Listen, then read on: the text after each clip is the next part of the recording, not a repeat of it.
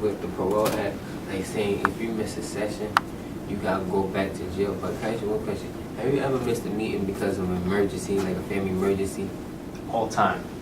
But or like not even just meetings, but like other obligations. Yeah. Yeah, but they expect you. They say if you miss a meeting, you go back to jail. But sometimes a family emergency happens. But do they hold you accountable for it? Like you gotta understand. Some people have big family emergencies. They might have a grandmother that's sick. Emergencies happen. It's normal.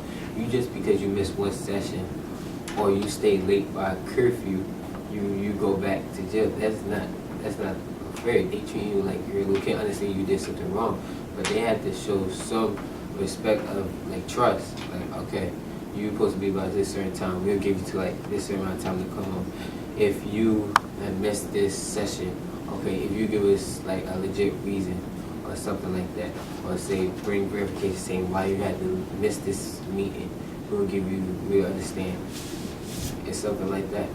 Well, changing either like Department of Corrections, which does the parole, or any type of the criminal justice laws becomes very difficult, especially when people are like, only because there's always the fact that you get people on the other side saying we need to keep it restrictive, we need to keep this a difficult process.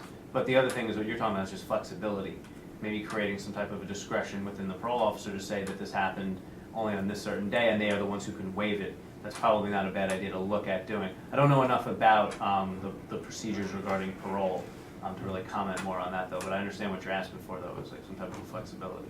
One more question. But yeah, this is referring back to the prison system now. I myself was incarcerated and I know how upstate facility does. Now they are building, which is 2-man cells. Well, they've been built. I think they've been there since '98. And what amazes me is that if there's a prison downsizing, why are they putting 2 men in a cell? And they have numerous empty beds. So this is forcing them to push more people into what they call the SHU, the box special housing unit, which is more dangerous to a person because you have 2 men in a cell now with numerous things happening, dudes kill each other and stuff like that. But if there's a prison downsizing, why are you pushing 2 men in a cell? No, that was one of the arguments that we had heard already, which was like, what is the rationale behind them doing that? And part of it is also just to make it look like I guess it's to make it look like they're making progress, that they're consolidating, that they're using their resources wisely, because every agency in the state has been given a certain amount of money that they have to cut, and these are ways that they do it where they're showing that like we're just cutting this way. Does the senator support the closing, the Governor Patterson's? The closing of the prisons? Yeah. So far as I understand, she's still reviewing that. Okay. Because of the fact, like, we were talking just about the legislation with regard to the other group that was coming in, the other prison group. Right. And she is supportive of the voting stuff. Making a change. Yes. Okay. We represent the Drop the Rock Coalition, which is a statewide coalition. It was originally formed to repeal the Rockefeller drug laws. We're here today to really discuss prison downsizing in New York State and reinvesting in our communities. Great. First of all, I want to say that it's a pleasure to be sitting here after the recent reforms with the Rockefeller. A long road. Yeah, it has been a long road, and we definitely appreciate the legislators' leadership on the issue. We think that it's a positive step forward to really go towards making our community safer, and reducing incarceration in New York State. Y'all say your budget is so tight. Y'all say you have a tiny budget. I understand that. But y'all saying that your budget's so tight, but how come y'all spending money on all these jail beds which are empty? And y'all could be putting it towards better things. Y'all could go with healthcare or helping people who came out of jail with jobs. Like, for instance, y'all can help with healthcare because a lot of people can get treatment for their heart attack, diabetes, cancer, which are the big things now because a lot of people smoke cigarettes now. That is a big problem.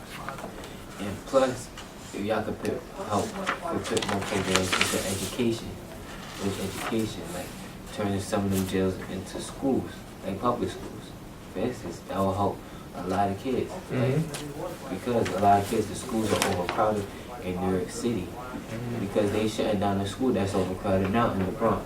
I heard about that they're actually trimming the amount of schools in the city, and you know, when there's a huge need, you know, it doesn't make any sense. It's all budget driven, but And what another interesting thing was, you know, he told me that you were employed at the summer youth program, right? Yeah, I was in 2007, and I just came today that like the government plans on eliminating it completely from the budget.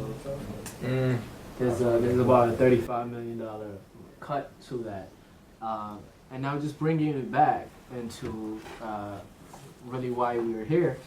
They mentioned about the empty prison beds. Currently, according to docs, there's 6,300 empty prison beds right now, and that's at the cost of $55,000 per year per bed.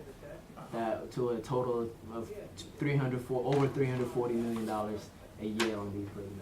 Now the governor has proposed closing down some prisons, minimum security prisons, and we think that it's a great step. We should definitely, if they're not being used, you know, taxpayers shouldn't pay any money for them, right?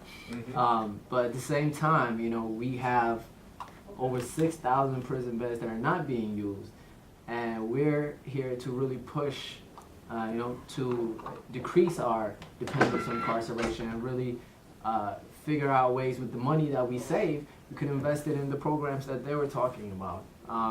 And there's really no justification of keeping empty prison beds when you have people, young people who can't find after-school programs to attend to, when they can't find a summer employment program, and all the healthcare programs. I'm sure there are a lot of services that are being cut in the everywhere, yeah, programs, healthcare, right? education, parks, Yeah, exactly. school program.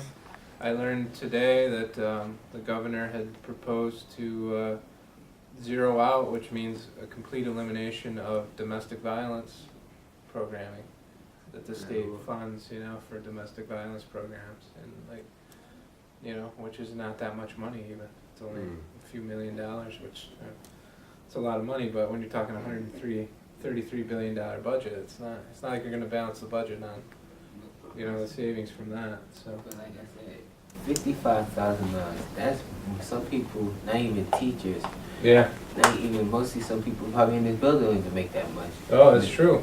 That make $55,000 a year, and you're spending it on a bed. It's not even. It's just like a room half the size of this. Yeah, I know. They're not very big. Now, Yeah. your group, you know, with the, you know, the, I don't know if it's a full repeal, but the renovation of the Rockefeller drug laws has led to an increase in the amount of unused beds right now.